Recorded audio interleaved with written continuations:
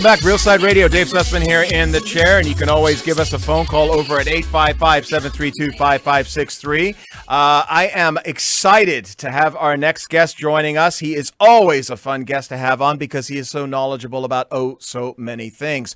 Want to talk with Doc J. Yes, if you are a fan of Ricochet.com, you remember Doc J. But his real name is Dr. J. Schroeder, MD. He is a retired internal medicine doctor. He is a former polymer chemist for the Naval Ocean System Center.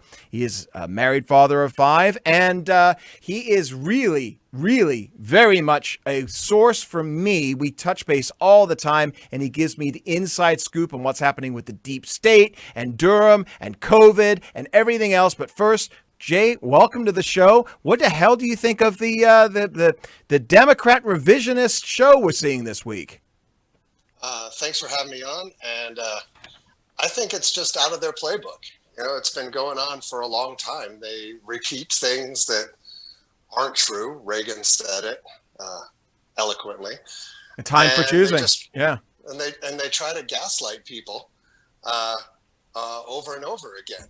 You know, they had Michelle Obama on stage the other night saying about Trump putting people in cages, and they're showing pictures of her husband having kids in cages.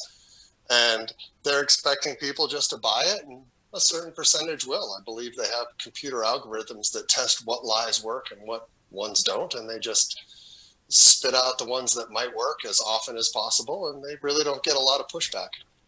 We're seeing people like Linda Sarsour, that she wasn't given a primetime slot, but a lot of people don't realize this, that the Democrat convention isn't just the 2 hours that they put out on TV. It's a whole series of events. And Linda Sarsour ran this workshop on Islamophobia and this and that. And this is one of the most vitriolic anti-Israel, anti-Semites out there. Even Joe Biden came up and was like, yeah, we're not so much really supporting Linda. But the Democrat National Convention had Linda Sarsour. So is this a situation where it's don't look at what we do, just listen to what we say? I think it's more that they have to give a wink and a nod to their anti-Semites in the group. They just want them like pushed off to the side, but they still want their votes. But maybe you're right. It's not pretty. It's very depressing to hear. You and I, we chat frequently, and we get right to the heart of it right now. I would have said a couple of months ago, and I think you and I discussed this, I was pretty pessimistic. I didn't think Trump was doing what he needed to for the country, especially at the peak of the riots. And I think, me speaking personally, and I want to get your opinion on this, I think he's really come around and is in campaign mode, and he's in winner's mindset mode right now as well. What's your prognostications for 75 days from now? I think the president's going to win re-election. I'm not sure about the House. I'm not sure about the Senate. But I believe he's going to win. I believe there's a massive silent Trump voting majority out there, or just people who aren't going to approve of violence in the streets. How many suburban moms want their children to be subjected to all sorts of horrors when they live there to try to have a safe family? And this transcends all races, religions, creeds, etc. People don't like violence and insecurity, probably females more so than anyone. After the break, I want to get your input on everything that we're seeing right now regarding COVID. But how much of an impact do you think COVID, the fear factor of Fauci and everything that has been said over the past several months is going to play a role?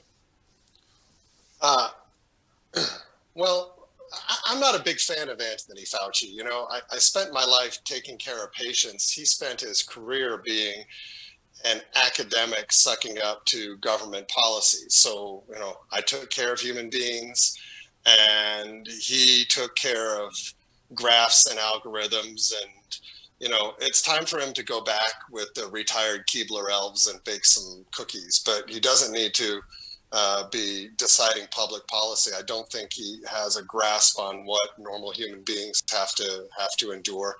And he's also been wrong about the science numerous times. I'm sure you've laid it out before. But I'm not a fan of his. They definitely want to have as much fear as possible out there. And, you know, and they'll talk about, you there was a big thing recently about percentages of Democrats that think people under 44 fatalities as 30%, and it's 2.7%. And the Democrats on TV, and which is most of the media, they just get excited over every possible bad piece of news. They either take a bad piece of news and magnify it, or they take news and directly distort it, and they're just like, oh, and tell me more about this immune response that can kill children. Yes. It's very, very disgusting. Why not just stick with reality? Reality is grim enough with this stuff. You don't have to magnify it. Yeah, and I want to get into the reality with you after the break, but I just want to point out right now that I'm sure there's somebody listening. There's a few listeners in San Francisco and Toronto that will call you shortest because you called Fauci a Keebler elf. But let's talk a little bit about some of the news that really didn't make headlines this week. And as Barr said, it wasn't going to be an earth-shattering news day anyway. But Wilkinson, he pled guilty. The whole situation regarding moving the push towards investigating Trump during the transition, and the Steele dossier and everything shouldn't have just been dismissed out of hand. We're not hearing about it. The DNC is sucking up all the oxygen right now. But how big of a news or how little of a news story should it have been? There's a lot going on. It should end up being massive. We'll see. There's a lot of willful blindness about it. Kevin Kleinsmith got his guilty plea accepted today. Ironically, neither the defense nor the prosecution objected to the fact that it was Judge Boasberg, the now head of the FISA court, the one that was defrauded by Kleinsmith, that took the plea. And his lawyer was trying to get him to do a lot of double talk around it. But in the end, he'll be sentenced in December. He had his passport taken away. And he'll get 0 to 6 months for a crime that you or I would get 20 years for, or Roger Stone life, or the death chamber. But what he's going to talk about, who directed him to do the things he did, he's going to have to come up with something to justify that. And if it turns out it's a sweetheart plea deal, the same one they give James Wolfe, the SSCI security guy, then you'll know the fix is in. And by the way, at a different time, we can talk about the fact that a large number of senators, Republicans and Democrats, were in on this particular scandal. You're going to find that coming forward, Mark Warner being one of the bad ones, Virginia, but others as well. So anyway, yeah, go ahead. One key piece of news that came out just recently, and you don't know about it yet, it's not the Durham investigation. There is another prosecutor, and he may report to Durham, but I believe he's in a separate area. A guy, William Aldenberg, and his name just got leaked. So if there are any shall we say, lack of substantive prosecutions over this, you can know who to blame, and you can start with Bill Barr, but you can head to Durham. But there's another gentleman. Who is William Aldenberg?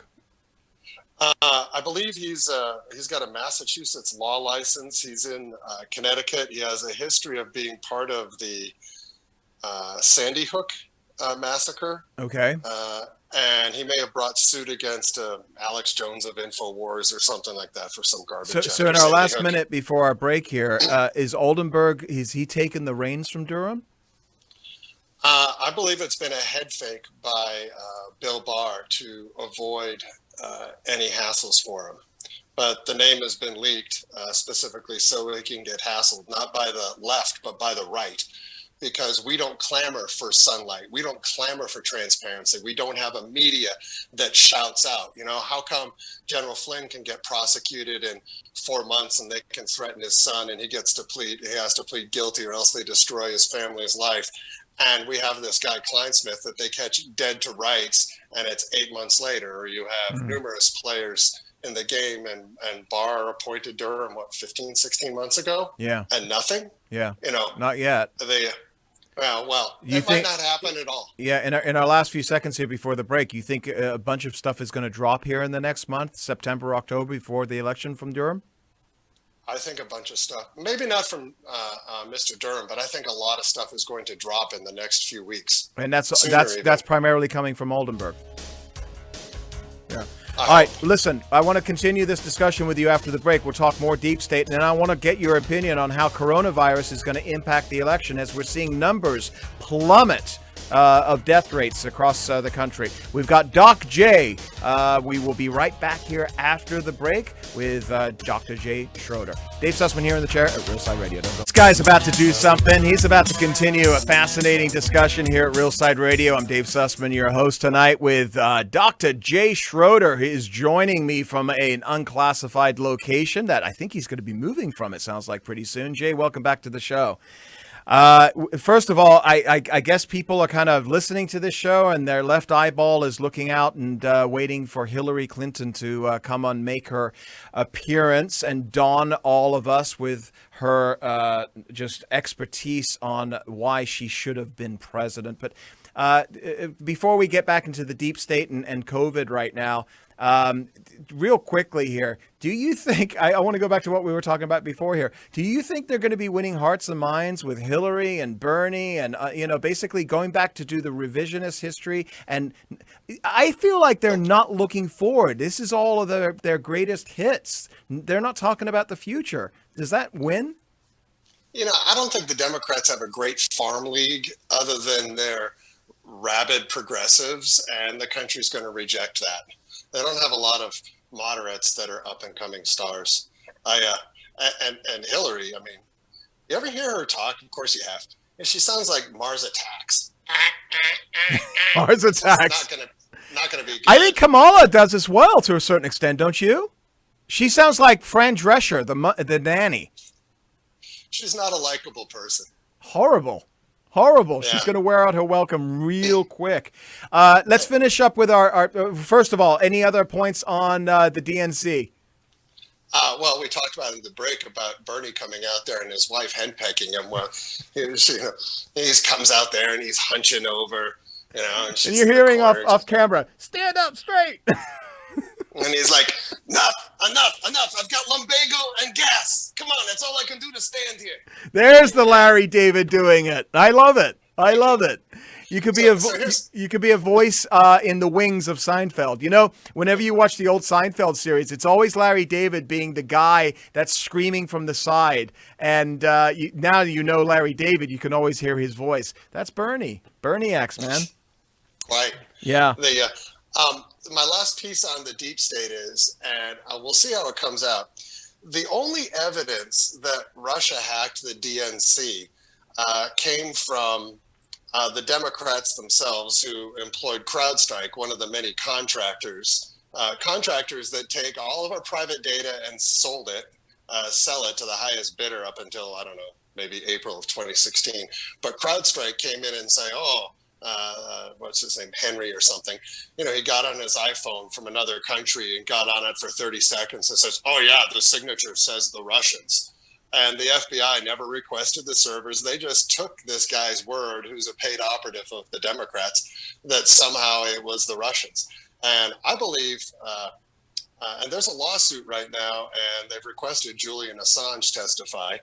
And I believe they need to have Julian Assange come to this country. I would pardon him. His crimes are, some of them are annoying, but there's a lot worse out there. And the information he could give by telling him who gave him that would be huge. And that would unravel a lot of this mystery right here. How do you do that when there are so many forces? We call it the deep state. It's kind of a vernacular to cover it all. But I mean, you referred earlier to Kleinsmith, who's the judge is, what was his name? Boasberg? An Obama appointee who is the head of the FISA court. Right? How did he get that case? Shouldn't there have been a situation where somebody said, excuse me, he needs to be, recused? Why is it so easy for these people to essentially be, another Seinfeld reference, master of their domain? There are two systems of justice in this country. By the way, this was my impression of Charles Nelson Riley. Anyway, I don't know if you remember him from your youth. Yeah, the Hollywood Squares, man. He was definitely one of the squares. You know, the indictment against Assange came down in early 2018, and they held it right until Mueller dropped his report. A year later, then they had him whisked away, right at the moment when he was needed. So there's still lots of bad actors in our DOJ and FBI. Certainly the head of the FBI is one as well. So the swamp has been mildly addressed. There's a lot more to be done, Right. and certainly a lot of transparency and sunlight. And if Bill Barr fails to do this, he will go down as the greatest disappointment in the history of attorney generals. Well, let's hope he doesn't fail. And I know there's a lot of folks that are sitting there a little bit nervous. They're anticipating something here. Maybe it's an October surprise, but something's got to come out, because Kleinsmith certainly isn't worth waiting for. But all right, let's in our last 5 minutes here. The Rona. The Rona. All right, you're a doctor, internal medicine. You are retired in your 50s. Congratulations, Mazel Tov. That's amazing. But let me ask you this, because I'm starting to take a look at what I don't watch the mainstream news. I know you don't either. We get our news from the sources we trust. When I'm taking a look at the numbers, and they are plummeting right now. The death count is just dropped off into a precipice. Why are we not hearing about that in the media, and why is it that everything is still locked down?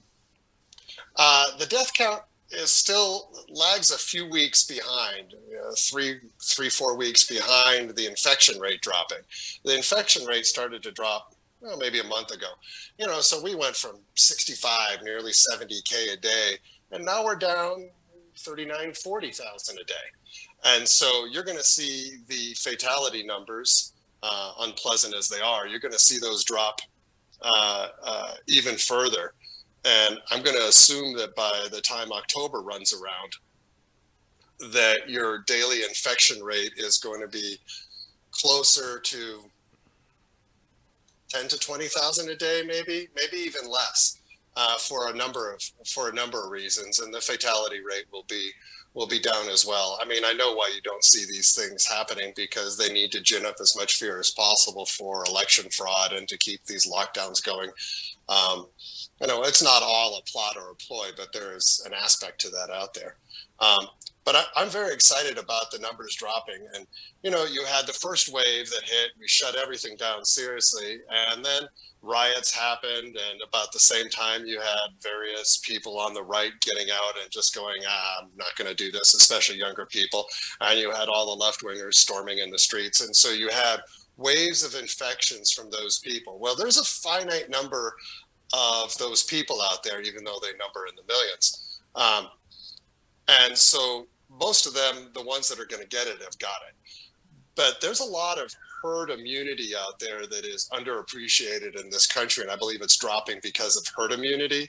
It's dropping because of mitigation. Yeah. And there's some aspects. Go ahead. Yeah. So from your medical standpoint, a lot of us have been comparing what Sweden's been doing, which essentially never locked down their economy. Their death rates were higher, a little bit higher than some of the other countries in Europe, but they didn't kill their economy. And now their death rates has plummeted down to literally single digits. It's almost again, each death is horrible, but it's almost negligible. So is that what happened in Sweden, and are other countries following suit now? Is that what that is? I think almost everybody's going to.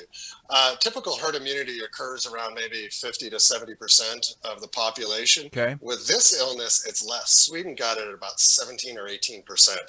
And that could be attributable to more people having the disease than they recognize. There may be anywhere from 5 to 15 times more people in this country that have the disease than recognize. But there's some other factors to it. This novel coronavirus is behaving similar to SARS, and that's a good thing, not in terms of how it affects the body, but in terms of immunity. It's not mutating like influenza. And I think in Sweden, actually, some 40 years ago, they did studies on people. They snorted cold virus up their nose, and they kept them all in the same apartment, and they had symptoms. And they brought them back a year later and gave them the same cold virus to snort up. And it didn't cause immunity, but their symptoms were a lot less. And that began a lot of studies about T cells. But there's so much cross-reactivity in people that have frequent colds, or kids that have a big thymus. It's a gland here in the upper chest. That you're getting a lot of asymptomatics or mildly symptomatics. And the people around them, even if they don't get a serious infection or even a mild infection, somehow get immune cell memory because they've been exposed. So I think human beings are fighting back against this illness. And I think by the time October comes around, and our voters have the memory of a gnat. Americans are like that in general. I'm not trying to criticize America. I love my country, but we do have short memories compared to maybe, let's say, Middle Eastern countries. You know, if things are fine in October, the president's going to be reelected. I guarantee it. You know, the only thing that would stop it is the most massive fraud in history. But if the coronavirus is under control, the economy is coming back slowly, not a V, but a slope. So in our last minute here, the Democrats are already using this to, in essence, create, ballot by mail, and they're scaring people. And it's so, I can't tell you how many people have told me that they're getting 2 and 3 and 4 ballots in the mail under their own name, or for people that used to live there, or dogs, or whatever it may be. So when you raise the prospect of fraud, I think that is a very real and present danger, isn't it? You'll have better people than me to discuss this with, but here in Nevada, there were hundreds of thousands of ballots just like floating out everywhere. Yeah. And by the way, Boston Bruins, wicked pisser. Yeah, Boston looks pretty good, man. Hey, Jay, thanks so much, buddy, for joining us tonight. Greatly appreciate it. We'll be talking again, you and I, and we'll have you on again down the road. Thanks, brother. Appreciate it. Dave Sussman here at Real Side Radio. We'll be back at the top of the hour. Don't go away. We've got 2 full hours.